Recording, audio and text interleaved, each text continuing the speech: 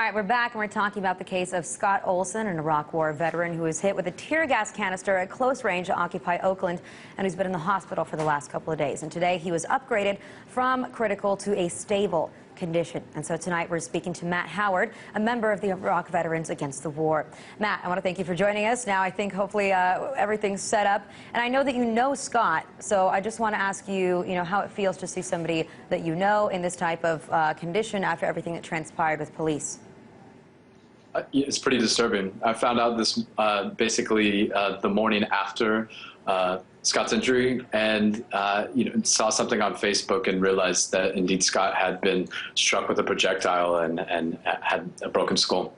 Now, what do you think of the police tactics here? Because a lot of people are calling for the mayor to resign.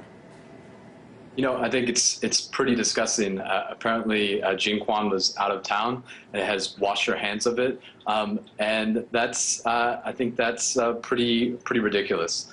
At the end of the day, she's the leader, and the Oakland PD's tactics have really kind of demonstrated by Scott's injury to be just kind of disgusting and really entirely too forceful. Well, Matt, on one hand, as you said, Matt's injury has, shown a light on the tactics of the police there, but it's also, I think, shown people that there are also veterans, right? There are former Marines, Iraq War veterans, Afghanistan veterans that are all part of this Occupy movement. So how important do you think that is to show to the country, to the media, to the critics out there that have been trying to, just dispel this as a bunch of spoiled, rich, hippie kids that have nothing better to do? Scott was a two-tour veteran of Iraq in the Marine Corps, as I am also, and I think that's ridiculous. Realistically, Scott was passionate about anti-war activism along with, the Occupy movement, and the two issues are really intimately related. The economic inequality we're dealing with and the wars that we're continuing to be in. And Scott, unfortunately had to pay a really awful price. Now, earlier in the show, too, I mentioned that the statistics, if you look at unemployment in the United States, unemployment rates or levels, for veterans post 9/11 are also higher than it is for the national average. It's at 12.4%. And do you feel like that's something that is often, that's forgotten? Yeah, I think so. And unfortunately, the military population that we have is less than 1% of the country. As a result, there's not a lot of interaction between, I think, the rest of America and military and veterans. So our issues tend to be obscured. Another scary statistic is that 18 veterans a day commit suicide in the United States. That's released by the VA. So there's these mental wounds are really continuing because of the fact that we're in Iraq and Afghanistan. I think it's hard to deny.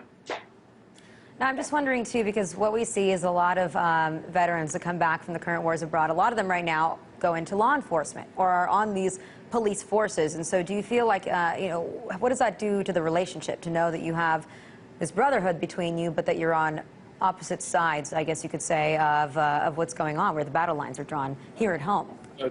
It's difficult. I mean, I think that realistically, a lot of our population is suffering PTSD, and the fact that they go into law enforcement and are encouraged to basically engage in violent tactics only exacerbates that. I mean, if realistically, this is a kind of a disturbing thing, I think, for all of us involved, and it's just something that, if we're passionate about our views, that we just kind of have to persist through. Now, Matt, tell me, too, about what you've seen in terms of the Occupy movement down there. I don't know if you've been to Occupy Oakland, but I know that you've been to Occupy San Francisco. What do you make of the group and what's going on? I think it's a diverse group of people. You've got people that have had their homes foreclosed on, people that are unemployed, people that are employed like Scott has been, and gone to sleep down in the encampment for the last 2 weeks.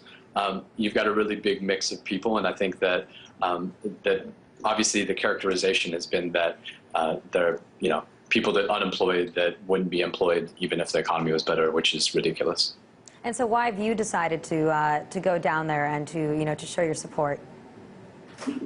Because I think it's really clear and present that the issues that veterans and mainstream, the Main Street America is dealing with are very similar.